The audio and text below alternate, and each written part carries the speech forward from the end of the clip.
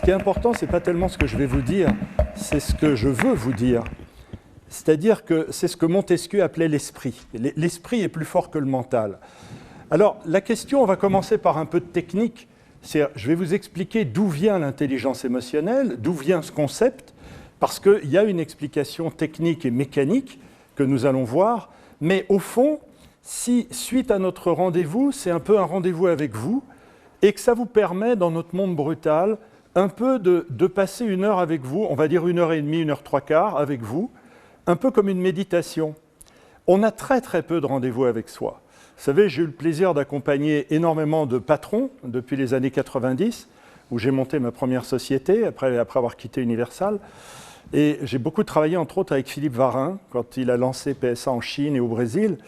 Et Philippe Varin, régulièrement, à son staff de dirigeants, disait « Mesdames et messieurs, si vous ne prenez pas 20 minutes de rendez-vous chaque jour avec vous, vous faites une faute professionnelle. » Est-ce que vous prenez 20 minutes de rendez-vous avec vous chaque jour? Notre monde est un monde d'accélération qui fait que nous avons très peu de temps, comme dit Piaget, pour avoir des trous, c'est-à-dire pour reposer notre esprit. Notre cerveau est un muscle, et ce muscle a besoin de repos et d'oxygène. Et pour cela, il est important, chaque jour, de se dire, au fond, quel sens a ce que j'ai fait? Est-ce que j'ai fait aujourd'hui, est-ce que c'était utile? Et ce sont des choses très très simples, l'intelligence émotionnelle. Je vais essayer de vous traduire, je dis parfois avec une forme d'humour, de vous traduire souvent le Bouddha en Jésus. Parce que, en fait, l'essentiel de l'intelligence émotionnelle nous vient d'Asie. Mais ce qu'il faut, c'est l'adapter à notre paradigme, c'est-à-dire à l'Occident. Nous sommes un peuple héroïque et non pas stratégique comme l'Asie. Eux, si vous voulez, ils réfléchissent. Les arts martiaux n'ont rien à voir avec les nôtres. Comprenez, eux, avant de frapper, ils regardent. Et après, ils lâchent. Nous, à peine il y a le coup de gong, tout de suite on y va. Ça, c'est le héros. Donc, je vous ai résumé l'intelligence émotionnelle. Qu'est-ce que c'est que l'intelligence émotionnelle? C'est passer du stade de l'héroïsme, c'est-à-dire où l'émotion est la patronne, au stade de la stratégie. Voilà, en gros, c'est ça. C'est-à-dire que je ressens une émotion, qu'est-ce que j'en fais? Mais il ne s'agit certainement pas de l'annihiler, il ne s'agit certainement pas de la supprimer, il s'agit simplement de devenir intelligent avec son émotion. Alors, premièrement, il s'agit d'une découverte qui est extrêmement intéressante. Et donc, avant qu'on rentre dans la partie pratique et technique, il faut que je vous présente un monsieur qui s'appelle Antonio Damasio. Qui est Antonio Damasio et sa femme Anna? C'est un Portugais qui, dans les années 80, est venu s'installer aux États-Unis, a travaillé en Iowa, notamment, à l'université d'Iowa, et a étudié des personnes qui avaient un certain nombre de traumatismes. Et il s'est rendu compte que, finalement, écoutez bien, l'émotion et la raison, c'est la même chose, mais pas au même stade. L'émotion et la raison, c'est la même chose, donc immense découverte. Il n'y a pas d'un côté l'émotion et de l'autre côté la raison, donc il est stupide de dire « Oh, j'aimerais ne pas avoir d'émotion », puisqu'on va le voir ensemble, on ne peut pas vivre sans émotion. Mais en plus, c'est même le parcours obligatoire que va suivre notre raison. Autrement dit, tout commence par de l'émotion, et une fois refroidi, et une fois que ça va suivre un circuit que je vais vous montrer, ça va s'appeler ce que l'on appelle la raison. Et donc, il n'y a pas, comme pensait Descartes, je pense donc je suis, il n'y a pas d'un côté l'émotion et de l'autre côté la raison, c'est la même chose, c'est le même circuit, mais pas au même stade. Voilà la grande découverte de Damasio. Qu'est-ce que va découvrir Damasio? Il va découvrir la chose suivante. Nos émotions sont nos alliés. Toute émotion est un cadeau. Arrêtons de dire « je ne veux pas avoir d'émotion ». Premièrement, techniquement, c'est impossible. Et deuxièmement, il dit « Emotion is our bodyguard ». L'émotion est notre garde du corps. À quoi servent les émotions? Émotion, ça veut dire mettre en mouvement. Emotion, ex motere, je mets en mouvement. Donc, ça veut dire « pay attention, please ». comme il dit. C'est-à-dire, c'est un petit Jimmy Cricket qui est au-dessus de nous et qui va nous dire « Fais attention, tu vas être en retard pour prendre ton avion. » On va appeler ça la peur. Et donc, vous accélérez le mouvement, vous partez un peu plus tôt et vous avez votre avion. Et au lieu de dire « Oh là là, zut, j'ai eu peur de rater mon avion », vous devriez « Chouette, j'ai eu peur de rater mon avion, donc je l'ai ». Et donc, en fait, ce que va découvrir Damasio, c'est que l'émotion fait partie structurante de notre bien-être, to the well-ordered intellect. C'est-à-dire que sans émotion, vous et moi, dans le monde dans lequel nous vivons, il l'a dit, je n'ai pas parlé avec lui directement, mais j'ai été en plusieurs fois en conférence avec lui, il dit que dans le monde moderne dans lequel on vit, on ne pourrait pas vivre, allez, disons, plus de 10 minutes. Pourquoi ? Parce qu'on sortirait nu dans la rue, on traverserait sans faire attention qu'il y a des voitures, évidemment, puisque vous n'aurez plus peur, plus d'émotion. On viderait son compte en banque en 50 secondes, on se jetterait du haut de la tour Eiffel en disant « Oh, je suis un oiseau, je vole ». Évidemment, puisque l'enfant naturel de la peur, qui est la patronne, « Fear is the boss », la peur est la patronne de nos émotions. Eh bien, l'enfant naturel, c'est la prudence. D'ailleurs, les Beatles avaient écrit une chanson « Their Prudence ». C'est-à-dire, la prudence est justement le côté positif de nos émotions qui va nous permettre justement de ne pas commettre d'erreurs pour notre survie. Bien au contraire, tout se passe dans une région qui s'appelle l'amygdala et qui va déclencher, tel un effet un peu électronique, je dirais atomique, va déclencher notre compétence. Par exemple, imaginons que je ne connais pas bien Grenoble. Je vais traverser la rue et là, d'un seul coup, bam ! Oh, il y avait un autobus. Déclenchement de testostérone, d'adrénaline, je suis à l'optimum de ma performance, je viens de sauver ma vie. Et au lieu de dire « Oh là là, j'ai eu peur », je devrais dire « Ouais, super, j'ai eu peur ». Je n'aurais pas eu peur, je me faisais écraser. Donc, thanks to your fear, dit Damasio, c'est-à-dire grâce à notre peur qui est la patronne de nos émotions, eh bien notre vie peut s'organiser. C'est ça la grande découverte. Et donc notre intellect, et surtout, notez-le bien, notre pouvoir de décision, va se structurer depuis tout petit grâce aux émotions. Parce que figurez-vous que ce qu'on a découvert, c'est qu'on n'oublie jamais rien. Rien. Qu'est-ce que c'est qu'une photo ? Une photo est un bibliothécaire. C'est-à-dire que, mais évidemment, si vous regardez la photo 3 jours après avoir pris une photo, ça n'a aucun intérêt. Tandis que si vous regardez 20 ans après une photo, vous verrez, vous allez la regarder et dire « Ah oui, Paul, on était où là ? Mais oui, c'était en Crète. Oh, regarde la tête. Mais t'étais beau, mon chéri, regarde la tête que tu avais. » On croit qu'on avait oublié. En fait, une photo va simplement être un bibliothécaire qui va renvoyer à notre souvenir. Donc, souvenez-vous de ça. L'intelligence émotionnelle, c'est savoir qu'on n'oublie jamais rien. Par contre, et là je commence par vous donner déjà des petits trucs, il faut savoir pardonner. Mais le pardon n'est pas l'oubli, notez-le bien. Alors, il y a un vieux proverbe amérindien qui dit « Lorsque l'on a enfoncé un clou dans une planche, on peut enlever le clou, mais il reste le trou. »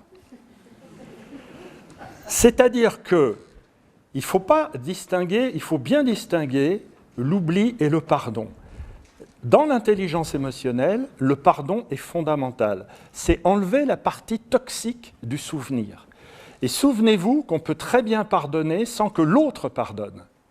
C'est-à-dire que si vous êtes fâché avec vos parents, l'intelligence émotionnelle dira « tu n'oublieras jamais rien, mais enlève cette partie toxique, enlève le clou ».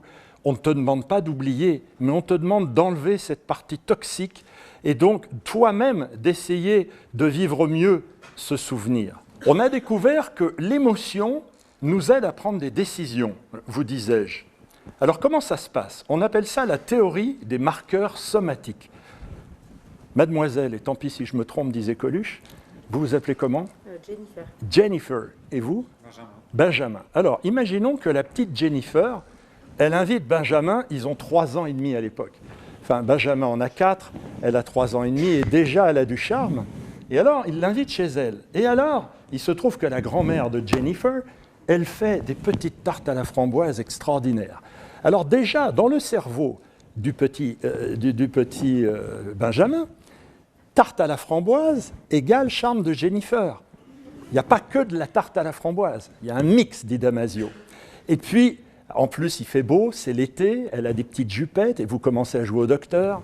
Alors, je ne vous raconte pas la tarte à la framboise. Et alors, dans le cerveau du petit Benjamin, il va y avoir ce que Damasio appelle un marqueur somatique positif. Donc, il va associer tarte à la framboise à positif, mais très très positif, parce que Jennifer déjà avait beaucoup de charme. Et puis, 3 jours après, il va être invité chez la grand-mère de Laurent. Elle fait les tartes à la rhubarbe, et puis c'est un garçon nettement moins sympathique, au niveau en tout cas de jouer au docteur, parce que lui, il n'est pas du tout d'accord pour jouer au docteur. Alors il arrive chez la grand-mère, qui est très sympathique, mais qui n'a que de la rhubarbe chez elle. Et puis il y a des poils qui dépassent un peu de la tarte à la rhubarbe, alors il se dit « ouais, tarte à la rhubarbe, c'est pas terrible ». Et alors, ce qui est intéressant, c'est que 20 ans plus tard, quand Benjamin, il va être au restaurant, ou à la cafétéria chez Gem, et qu'on va lui dire, à la fin du repas, le garçon va arriver, il va lui dire « Et alors, monsieur, vous prendrez un petit dessert ?» Bon, écoutez, ça dépend de ce que vous avez. Qu'est-ce que vous avez? Écoutez, monsieur, aujourd'hui, nous avons la tarte du chef, la tarte à la rhubarbe. Oh non, tarte à la rhubarbe, non merci. On a également de la tarte à la framboise. Ah oui, tarte à la framboise. Autrement dit, voilà, je vous ai expliqué le principe de marqueur somatique.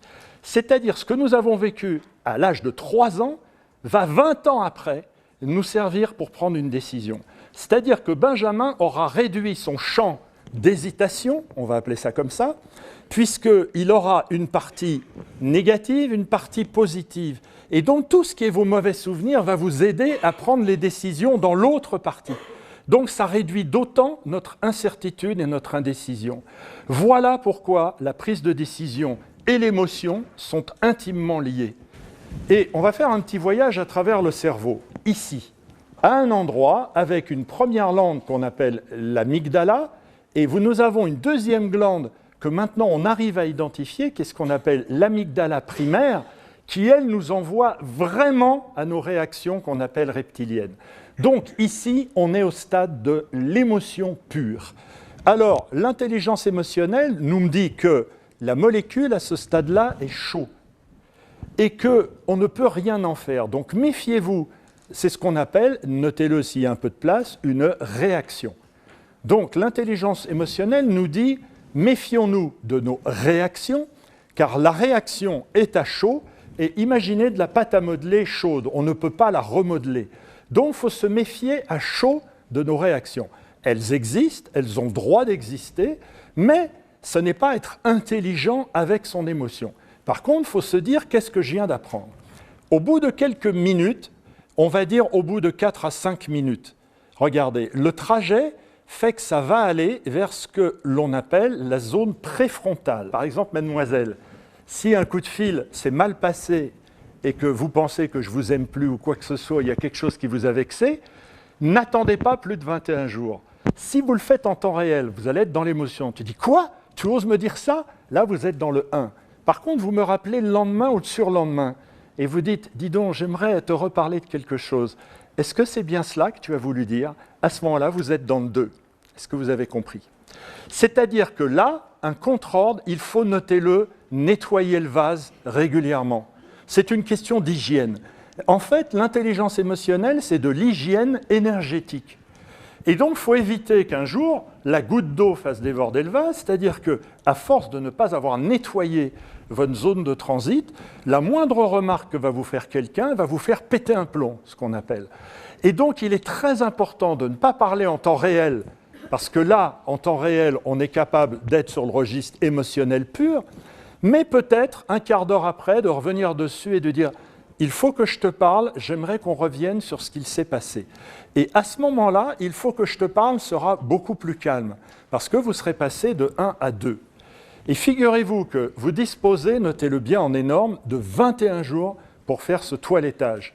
Si vous attendez au-delà de 21 jours, regardez bien, le circuit du cerveau va être le suivant, et il va aller, hop, en 3. Et donc, ce qui se passe, c'est que la raison, tout ce que nous n'avons pas nettoyé, va être stocké dans notre mémoire longue, qui est derrière. Et c'est bien le problème des gens qui ont Alzheimer, puisque de 1, ils vont aller directement à 3.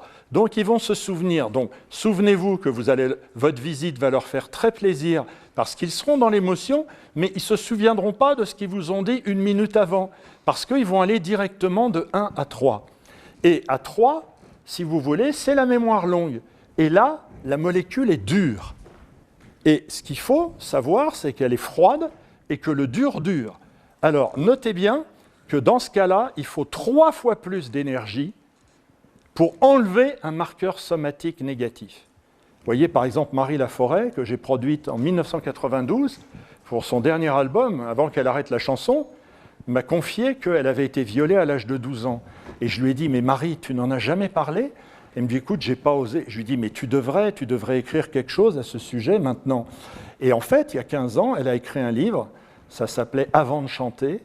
Et ce livre a été remarquable. Elle m'a envoyé un mail, elle m'a appelé, elle m'a dit « Tu sais Bernard, tu avais raison, le fait de le mettre en mots, ça m'a permis, quel dommage que j'ai attendu 50 ans. » Voilà, c'est-à-dire qu'il est important de nettoyer le vase tant qu'il est temps, parce qu'après, on garde des choses qu'on appelle des marqueurs somatiques négatifs, et ça va être 3 à 4 fois plus difficile de le détruire après. Vous voyez, il y aura une espèce de rancune, il y aura quelque chose qui sera en nous, et là, ça va rentrer dans votre corps, notez-le. Avant, ce n'est que dans le mental, ce n'est que dans votre émotion. Tandis que là, ça va rentrer dans votre corps, si c'est du stress, par exemple, dont vous n'osez pas parler, et là, vous pouvez arriver au burn-out.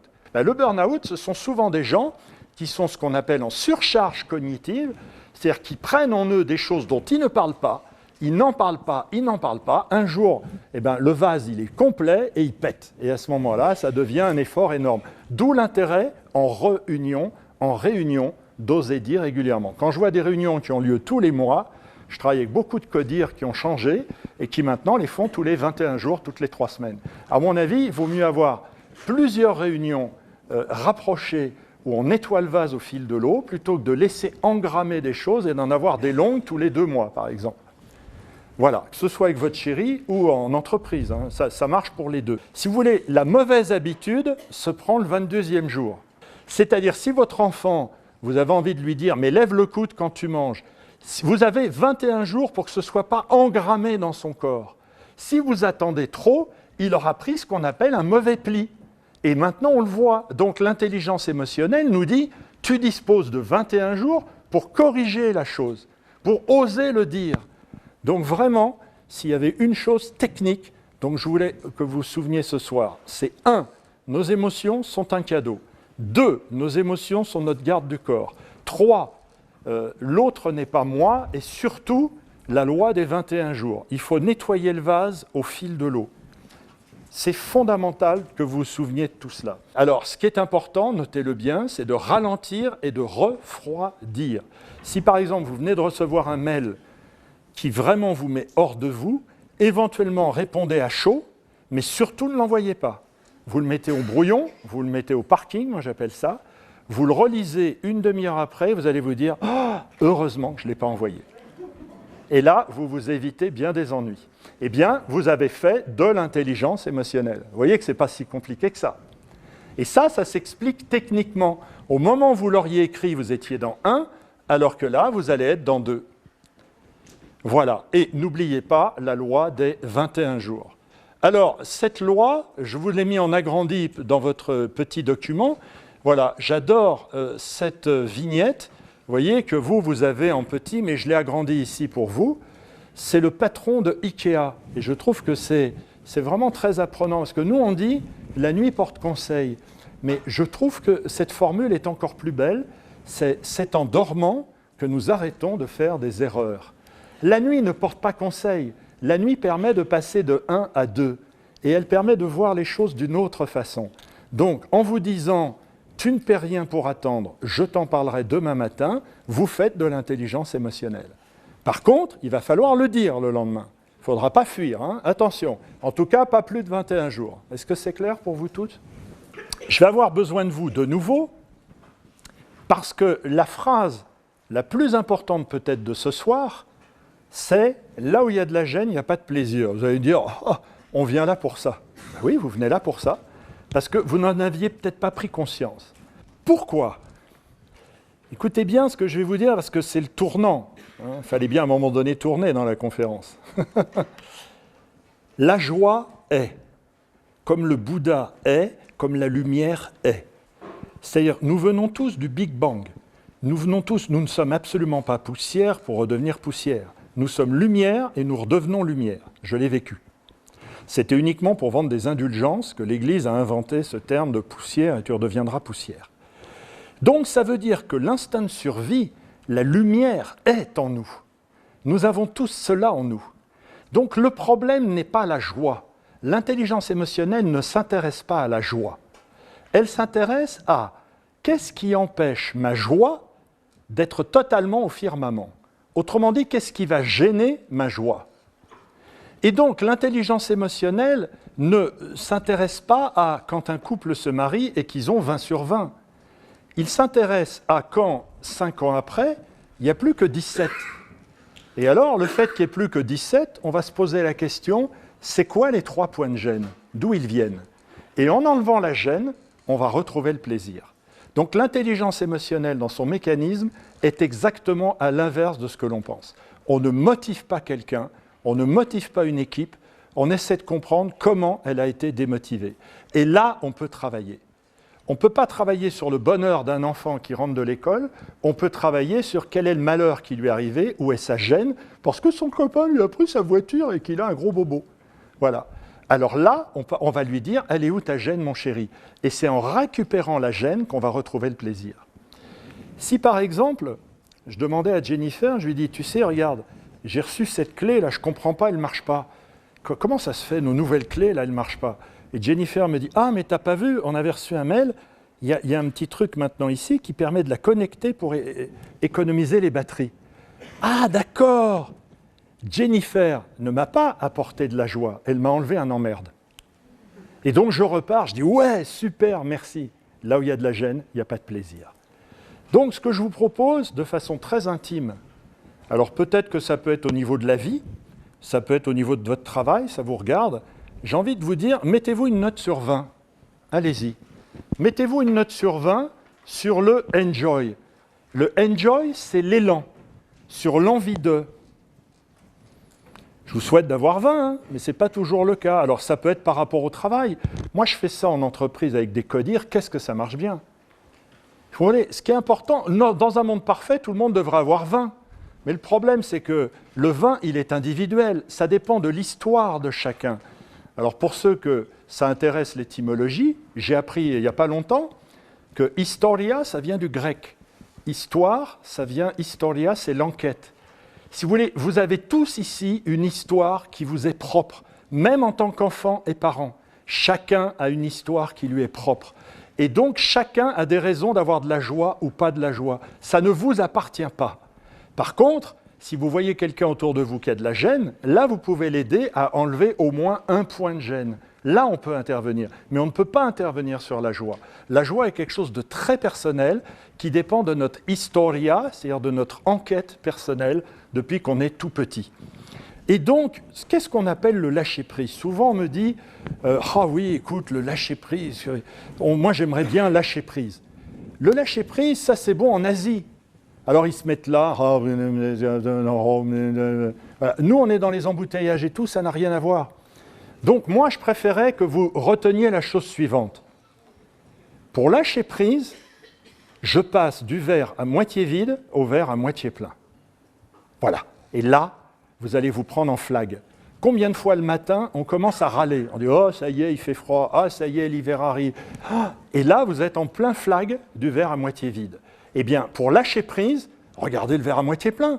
Oh, mais quand même, j'ai de la chance, je vais dans une super école, je fais partie d'une super association, puis en plus, il y a un mec qui m'aime, et puis j'ai des études, et puis j'ai un pouvoir d'achat, etc. Ouais, puis pour mon âge, je ne suis pas si mal.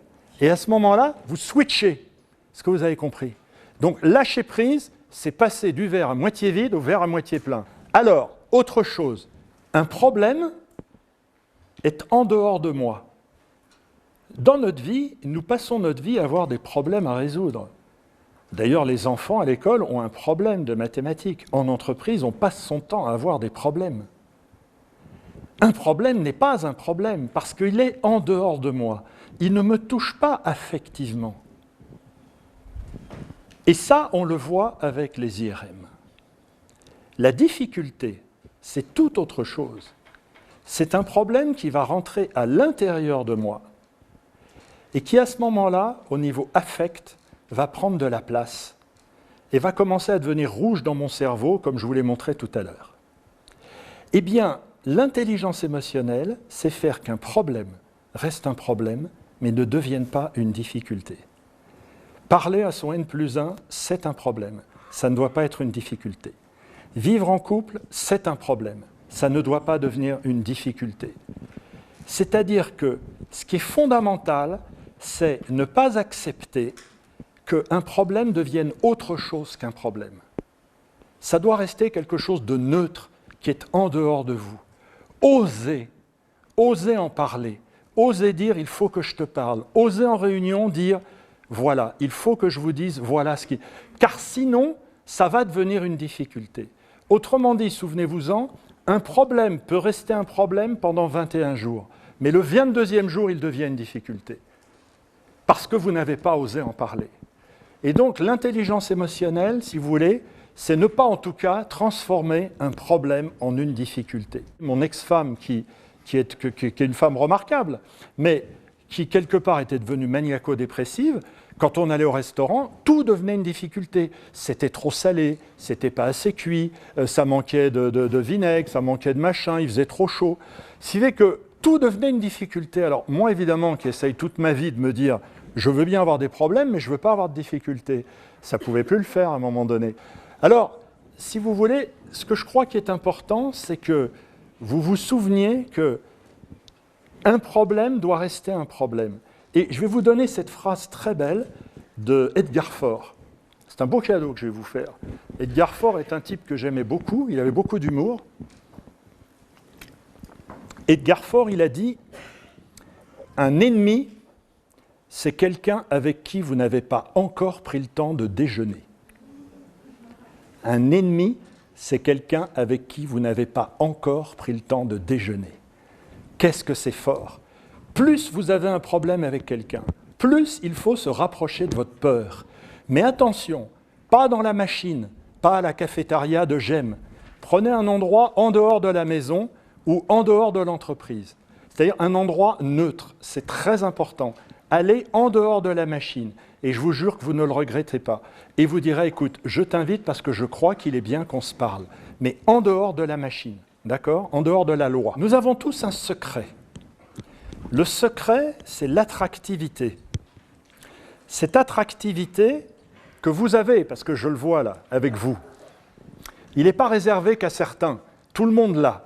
Le problème, c'est que certains ont des gènes qui leur empêchent de laisser parler leur secret. Les 3/4 du temps, si vous voulez, on se dit « pourquoi moi ?» La base de l'intelligence émotionnelle, c'est l'autorisation. Parce que je le vaux bien. Pourquoi pas moi ? Et donc, si vous vous autorisez votre partie lumière, vous allez irradier sur les autres. Mais si vous arrivez en vous culpabilisant, vous allez diminuer cette lumière. Donc, qu'est-ce que nous dit l'intelligence émotionnelle ? Elle nous dit, premièrement, en te levant le matin, il y a un poste, pourquoi pas moi ? Donc, au lieu de dire « why », vous dites « why not ». Pourquoi est très castrateur. Et pourquoi pas ? Pourquoi pas ouvre beaucoup. Donc, notez-le bien. Et pourquoi pas est une extraordinaire phrase d'intelligence émotionnelle parce que ça ouvre. Maman, je peux sortir demain soir avec mes copains ? Ah, pourquoi pas ? Tu veux dire que tu n'es pas d'accord ? Attends, je n'ai pas dit que je ne suis pas d'accord, ma chérie, je vais réfléchir. Et pourquoi pas, ce n'est pas pourquoi. Pourquoi l'enfant va le prendre comme une intégration dans son univers. Tandis que pourquoi pas, ça laisse la porte ouverte. C'est un ralentisseur, donc notez-le bien. Et la phrase magique, c'est « pourquoi pas moi ?» Donc voilà, le secret, c'est « pourquoi pas moi ?» Maintenant, mécaniquement, il y a des choses qu'il faut faire, hein, et avant tout, il faut être centré. Qu'est-ce que ça veut dire être centré? Alors, ensemble, on va faire un petit exercice, vous allez voir, et pour ça, je vais vous demander de vous lever. Leonardo da Vinci, Léonard de Vinci. Il a dessiné l'homme de Vitur, qui est devenu le logo de Manpower. Toute l'intelligence émotionnelle est là. Dans un premier temps, vous allez vous mettre sur un pied. Voilà. Et en plus, essayez de vous mettre sur la pointe du pied. Voilà. Maintenant, imaginez qu'à la personne qui est à côté de vous, vous lui demandez une augmentation de 1 000 € par mois. Bon. Vous avez compris que ce n'est pas jouable. Imaginez un professeur qui arrive et qui vous dit « Voilà, je vais vous faire un cours sur... » Bon. Donc, effectivement, le corps a son importance, parce qu'on pense avec son corps. On est un peu une fusée. Donc, vous voyez, Léonard de Vinci, il commence par dessiner les pieds légèrement écartés, et faites comme si vous alliez au ski. Vous voyez, vous vous ancrez bien dans le sol. Voilà. Déjà, il faut que je te parle. Ça change tout. Parce que si c'est « il faut que je te parle » entre la poire et le dessert, l'autre ne l'entendra pas. Je n'ai pas le temps de vous expliquer, ça s'appelle l'assertivité. Alors, vous êtes là, bien ancré dans le sol. Maintenant, je vais vous demander de fermer les yeux, de mettre vos 2 bras le long de votre corps, bien en position verticale, et de vous faire très grand, comme si vous alliez toucher le plafond. Léonard de Vinci, il dit, tout d'abord, tout commence chez l'homme par voléo. Voléo, en latin, c'est qu'est-ce que je veux? C'est quoi ma mission sur Terre? Je suis venu sur Terre pour quoi? Qu'est-ce que je veux dans la vie? Qu'est-ce qui est important pour moi? Eh bien, si vous voulez avoir de l'impact sur vos enfants, sur vos amis, sur vos collègues, commencez par savoir ce que vous voulez. Qu'est-ce que vous avez envie de leur dire? Vous voulez les mener où? Et donc ça, cette dimension verticale du latin voléo, est fondamentale, dit Léonard de Vinci. Et ça ne doit plus bouger. Je dois être clair dans ce que je veux, c'est-à-dire l'angle, le projet que j'ai en moi. Quelle est ma mission sur Terre? Moi, j'ai compris que ce n'était pas de gagner de l'argent, c'était plutôt d'être curé et de prêcher comme je le fais ce soir. Et donc, ce qui est important, c'est que la fonction que vous allez occuper corresponde à votre mission. C'est-à-dire, vous êtes venu faire quoi sur Terre? Donc, premièrement, l'intelligence émotionnelle nous dit « Réfléchis », Philippe Varin dit, « ayez rendez-vous chacun 20 minutes par jour et dites-vous « Tiens, pourquoi en ce moment j'ai 20 sur 20 ? Pourquoi j'ai 18 ? Pourquoi je suis heureux ? Pourquoi je suis emmerdé avec tel problème ? Il faudrait peut-être que je règle une chose. Oh, on ne va pas récupérer 5 points, ceux qui ont 15, mais peut-être qu'on peut repasser à 16. » Donc, premièrement, qu'est-ce que je veux? Et donc ça, c'est votre connexion avec le ciel, les pieds dans la terre et la terre au ciel. Maintenant, tout doucement, alors attention messieurs, n'en profitez pas trop, parce qu'il y a beaucoup de belles dames ici, vous allez écarter les mains, les bras, voilà, vous écartez les bras. Voilà. Et là, vous avez bougé les bras, mais attention, sans bouger le corps. Non, il ne faut pas bouger le corps du tout. Uniquement les bras. Et là, vous faites Shiva. En Inde, j'avais demandé à un artiste qui était en train de réparer un Bouddha, je lui ai dit, mais pourquoi, noble Seigneur, pourquoi Shiva a tant de bras? Et il me dit, mais elle n'a pas beaucoup de bras. C'est le mouvement des bras. Ça, c'est potéo. Potéo, c'est qu'est-ce que je peux faire. Et donc, notre énergie, elle est centrée ici, au niveau de notre sternum, dans notre chakra. C'est la rencontre entre le vertical, qu'est-ce que je veux et qu'est-ce que je peux. Ce que je veux ne doit pas bouger, mais par contre, il y a une adaptabilité pour ce que je peux. Eh bien, l'intelligence émotionnelle nous apprend à être centré. C'est-à-dire, sache ce que tu veux et ne veux pas plus que ce que tu peux. C'est-à-dire que vous allez raccourcir un peu vos bras, regardez. N'achetez pas une maison à 3 millions d'euros si vous pouvez vous l'acheter qu'à 800 000. Parce que sinon, vous allez être comme ça et du coup, vous allez être stressé. Parce que vous ne pouvez pas. Alors regardez, on va faire ça. Tu peux filmer ça, tu vas t'éclater. Regardez, faites ça. Vous voyez, voilà. Bah, peut-être, et c'est là. Alors là, vous allez pouvoir maintenant, vous allez vous applaudir d'abord, voilà. C'est magnifique. Et regardez. C'est ça, petit à petit, l'oiseau fait son nid. Alors, qu'est-ce que je peux commencer à faire? Ben, vous commencez à faire ça, allez-y, faites ça. Puis après, hop, maintenant je peux ça, maintenant je peux ça, puis maintenant je peux ça, puis je vais m'adapter. Mais je continue à savoir ce que je veux. Alors, la formule magique à noter, notez-le, c'est « a miracle at a time », c'est-à-dire un miracle à la fois. Notez-le. C'est la clé de l'intelligence émotionnelle. La clé de l'intelligence émotionnelle, c'est un miracle à la fois. Les gens qui sont stressés, c'est les gens qui veulent tout en même temps. Alors ça devient un vrai ventilateur. Et alors ici, au niveau du chakra, c'est très encombré et du coup, ça se traduit par un accident cardiovasculaire. Et ce qui est important, c'est qu'ici, ça respire. Tenez, vous allez mettre vos mains comme ça et vous allez, regardez, vous allez tous faire ça, regardez. Hop, voilà. Voilà. Ça, c'est important. Et bien moi, je le sens. Je sens qu'ici, là, vous commencez à être posé, vous voyez. Mais très vite, c'est venu. Eh bien, c'est ça que l'autre va ressentir en face. Alors, ça se sent, le charisme passe par le chakra qui se trouve ici, et ça se transmet par le regard. Le regard, nos yeux ne sont pas une caméra, c'est un projecteur. C'est le projecteur de l'énergie qu'on a en soi. Mais, quand la personne rentre dans la pièce, ça se passe toujours ici, on voit si la personne est centrée ici. C'est un Wi-Fi. Et ce Wi-Fi, on le sent. Ça ne se voit pas. Napoléon était petit, De Gaulle est très grand. Tous les bouquins qui existent, qui vous disent « faut parler fort », tout ça, c'est pipeau. Ce n'est pas des livres sur le charisme, c'est des livres de com. Moi, je vous parle du vrai charisme. Le charisme, c'est quand vous êtes centré et que vous dégagez un Wi-Fi qui est équilibré. Et l'enfant, notamment, le sent. Les animaux le sentent. Les chats, notamment. Les chats le sentent très bien et du coup deviennent des vrais chiens. Moi, mon chat, j'avais des vraies conversations avec lui. Surtout quand j'ai divorcé. Il faut dire que c'était un mâle, ça aide.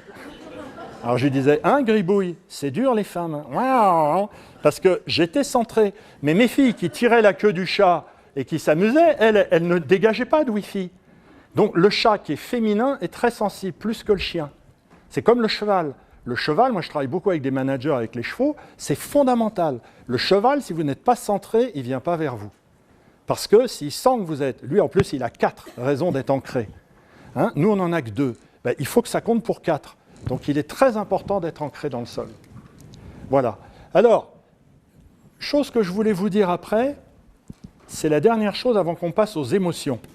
Notez-le bien, nous est une personne à part entière. C'est tellement important. Vous savez, le jour où j'ai découvert ça, ça a changé ma vie et j'ai réussi mon divorce.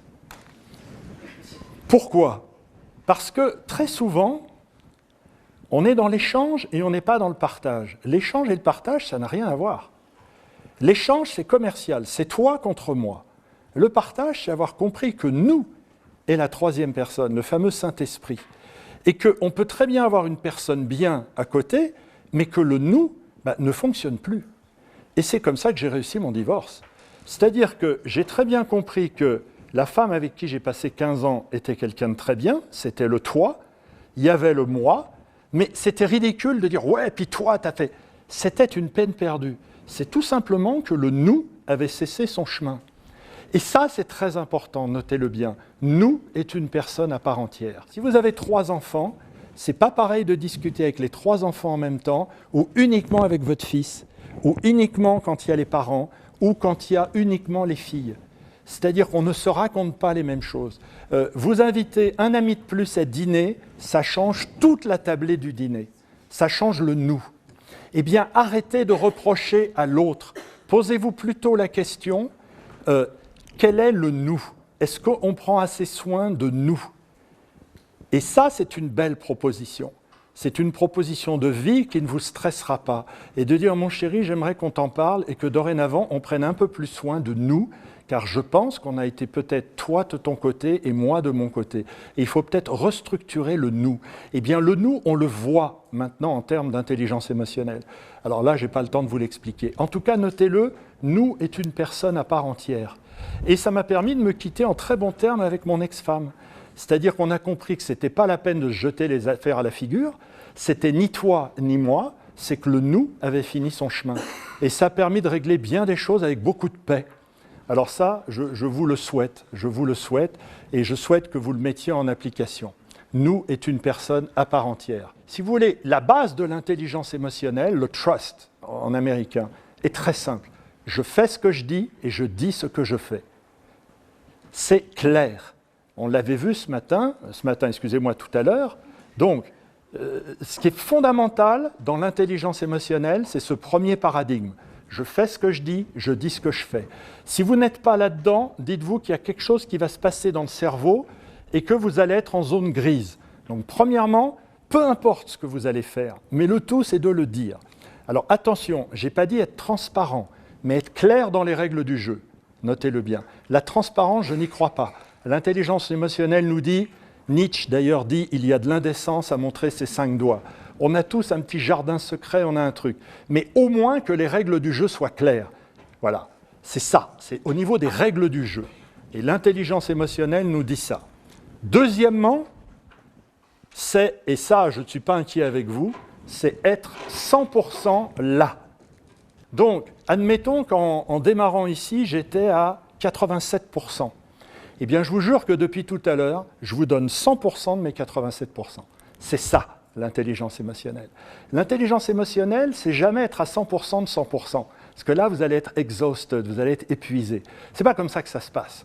Mais le jour où il y a l'épreuve, le championnat, le machin, c'est donner tout ce qu'on a dans le ventre et de se dire « j'ai été là ». Peu importe qu'on divorce, qu'on machin, qu'on rate un truc. Mais est-ce que j'étais là?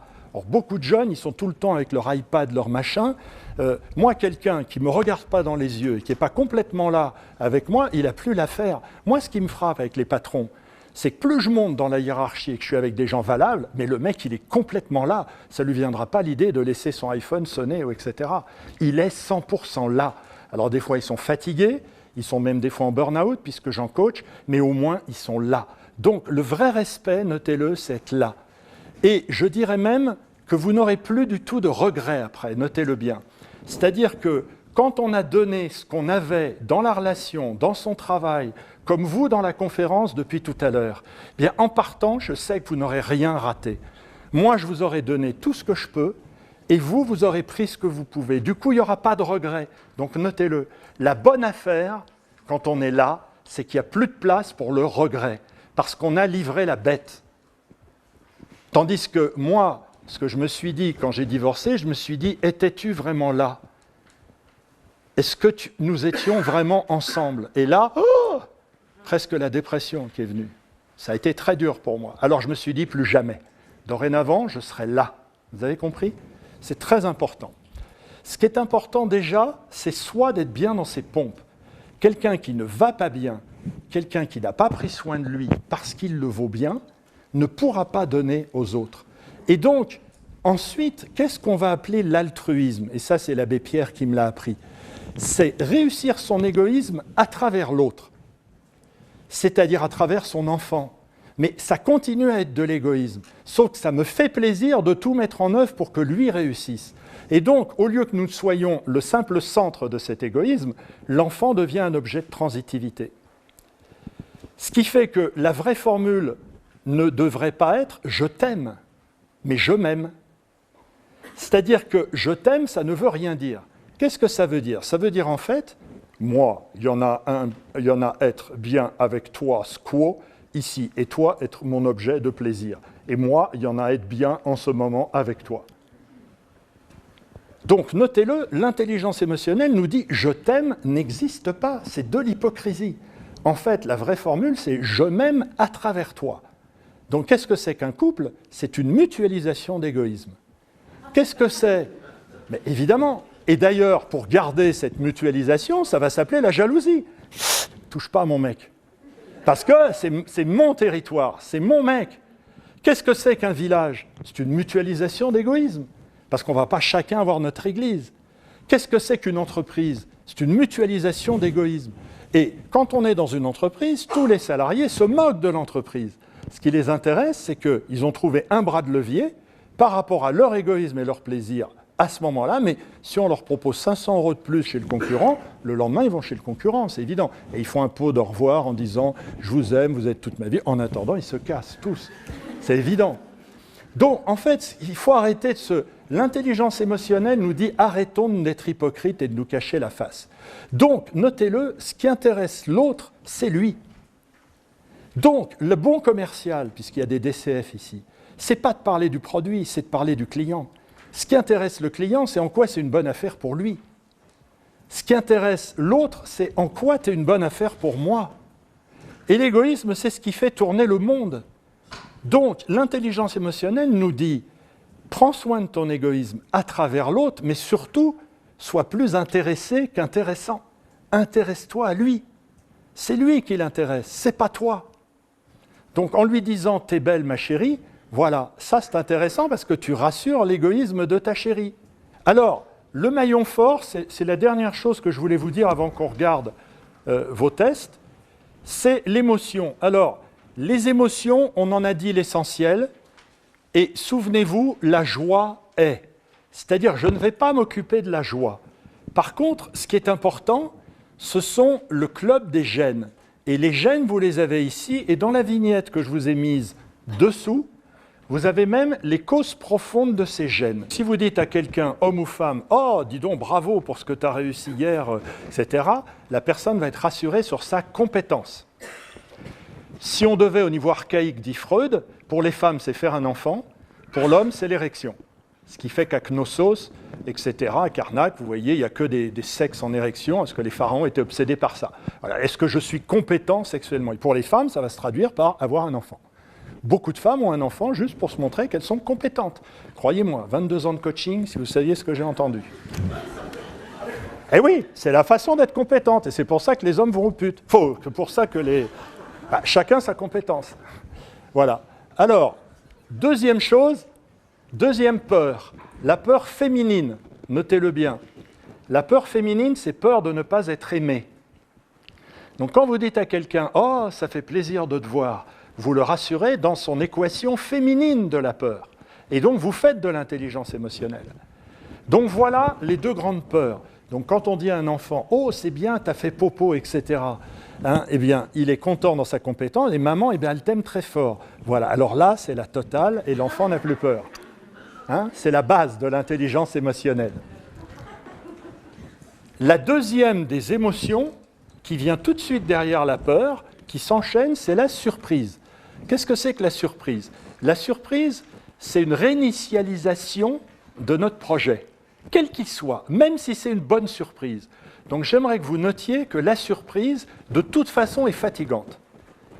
Si par exemple, Benjamin pensait rentrer tranquillement chez lui le soir, puis pour lui faire une bonne surprise, Jennifer, il ouvre la porte, elle a invité 15 potes et 30 amis et plus la famille. Je prétends que ce n'est pas une si bonne surprise que ça et que pendant 20 minutes, il va falloir qu'il s'en remette. Pourquoi?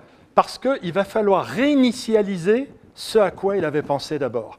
Donc notez-le, en intelligence émotionnelle pure, il n'y a pas de bonne et de mauvaise surprise. La surprise fatigue de toute façon, parce que c'est réinitialiser ce que j'avais prévu, même si c'est bon. Et donc, potentiellement, faites très attention, ça fatigue. Je veux insister là-dessus, et tout de suite, pour que vous le compreniez, je vais vous montrer deux choses. Ici, regardez, j'avais découpé dans le Figaro, c'était le prix Nobel de l'économie. Il avait, je ne sais plus comment il s'appelle, Jean Tirole, j'ai mis 30 minutes pour me remettre de mes émotions. Maintenant, regardez la vidéo que je vais vous montrer. On ne peut pas avoir de meilleure surprise. Regardez dans quel état était Giscard d'Estaing. Le 8 mai, pour moi, c'est émouvant, parce que j'étais sur un char en Autriche. Nous étions à la tête, parce qu'on était devant, simplement, de la première armée française. On avait traversé l'Allemagne, on arrivait en Autriche. On était dans un petit champ, un pré, avec des pommiers, etc. Et tout à coup, on dit, on s'arrête, c'est fini, c'est l'armistice. Et on a été pris par surprise, donc ça ne s'attendait pas à ça. Et on a été d'ailleurs à la fois très secoués, très troublés, parce que c'était la fin d'une grande aventure devenue victorieuse, en fait. Et nous n'avions plus l'objectif à ce moment-là. Donc on s'est arrêté, on s'est dit, qu'est-ce qu'on fait, qu'est-ce qu'on devient? Quelque part, dans le cerveau, c'est ça qui est important, souvenez-vous, c'est fatigant. Je n'ai pas dit qu'à l'arrivée, on n'est pas content. Je dis juste qu'il faut s'en méfier, il faut l'utiliser avec parcimonie, parce que c'est fatigant. Ensuite, la chose dans cette vignette que je voudrais que vous vous souveniez, c'est que, et ça vous allez le répéter avec moi, c'est l'avant-dernière chose que vous allez répéter, c'est, écoutez bien, on a des milliers de sentiments, mais il n'y a que 6 émotions. C'est-à-dire que, qu'est-ce que c'est qu'un sentiment? Un sentiment, c'est un mix de plusieurs émotions. Et on ne peut pas travailler sur une holding, c'est-à-dire sur un sentiment. On ne peut travailler que sur les émotions qui composent le sentiment. Et donc, dès que vous n'avez pas l'un de ces 5 mots, peur, surprise, tristesse, dégoût, colère, Dites-vous que c'est un sentiment dont il s'agit. Si quelqu'un arrive et dit « à ce moment, j'ai les glandes », ce n'est pas une émotion, c'est un sentiment. Eh bien, il faudra dire en quoi tu as été surpris, en quoi tu es triste, en quoi tu es dégoûté et de quoi tu as peur. Si vous prenez la jalousie dont on parlait tout à l'heure, la jalousie, on ne peut pas travailler en intelligence émotionnelle sur la jalousie. Il faut dire, tiens, tu es jaloux, qu'est-ce qui t'a surpris, en quoi tu es triste, en quoi tu as été dégoûté et de quoi tu as peur. Et là, on peut travailler. Donc, j'aimerais que vous redisiez avec moi, on ne peut pas travailler sur un sentiment, on ne peut travailler que sur les émotions qui le composent. Vous êtes prêts? 3, 4. On ne peut pas travailler sur un sentiment, on ne peut travailler que sur les émotions qui le composent. On ne peut pas travailler sur un sentiment, on ne peut travailler que sur les émotions qui le composent. On ne peut pas travailler sur un sentiment, on ne peut travailler que sur les émotions qui le composent. Applaudissez-vous. Et alors, pour terminer sur cette vignette, je dirais que la porte d'entrée la plus élégante, notez-le, c'est la surprise. C'est-à-dire, si par exemple, votre chéri, suite à une soirée, commence à vous faire une crise de jalousie, si vous lui dites de quoi tu as peur, en quoi tu es dégoûté, ça ne le fera pas. C'est un peu hard. Tandis que si vous lui dites qu'est-ce qui t'a surpris, et ça marche particulièrement en entreprise, parce que je sais qu'il y a des gens ici qui sont peut-être dans les RH ou autres. Donc, pensez que la surprise est la porte d'entrée la plus élégante. Quand vous sentez que quelqu'un a une colère, puisque la colère est la résultante qui éclate au bout de toutes ces émotions. La colère est toujours le bruit de toute cette roue des émotions. Donc ce qui est intéressant, ce n'est pas la colère en tant que telle, c'est où est le dégoût, où est la tristesse, où est la surprise, où est la peur. Ben, quelqu'un qui est en colère, si vous commencez par lui dire « mais mon chéri, qu'est-ce qui t'a surpris? Qu'est-ce qui s'est passé ?» Eh bien là, c'est une porte élégante. Mais si vous commencez par lui dire de quoi tu as peur, ça ne le fera pas. Donc pensez à cela, la porte d'entrée la plus élégante, c'est la surprise. Et particulièrement, évidemment, en entreprise. Mais pensez à agir, action. C'est-à-dire l'intelligence émotionnelle, c'est action. Et dites-vous qu'il y a un livre qui vient de sortir sur le pape, qui s'appelle « Ainsi fait-il ». Il y en a marre des soit-il, les gens, ils conduisent mal. Non, et moi, je fais quoi? Qu'est-ce que vous faites? Alors regardez ce Just Do It avec cet acteur américain absolument génial. Et ensuite, on fera une petite cérémonie de fermeture. Do it! Just do it! Don't let your dreams be dreams. Yesterday, you said tomorrow. So just do it! Make your dreams come true! Just do it! Some people dream of success while you're going to wake up and work hard at it. Nothing is impossible. You should get to the point where anyone else would quit, and you're not going to stop there. No, what are you waiting for? Do it! Just do it! Yes, you can! Just do it! If you're tired of starting over, stop giving up. L'idée, c'est just do it. Qu'est-ce que vous allez faire? Parce qu'il y a un phénomène qu'on appelle le big mo aux États-Unis. Le big mo, c'est le big moment. Quand on a vécu quelque chose de fort comme ce soir, pendant 21 jours, vous allez être transporté par cette énergie. Mais si vous ne la mettez pas en action dans les 21 jours, c'est foutu. Quand vous allez à un spectacle et que vous êtes encore rempli de cette énergie, vous avez 21 jours. Donc il vous reste 21 jours à partir de maintenant pour mettre en route quelque chose. Donc ce que je vous souhaite, c'est que chacun vous mettiez en route un élément que vous avez soit appris, soit découvert, soit re-appris ce soir, car je ne vous ai rien appris. Je n'étais qu'un perroquet. Je n'ai rien inventé. Yes!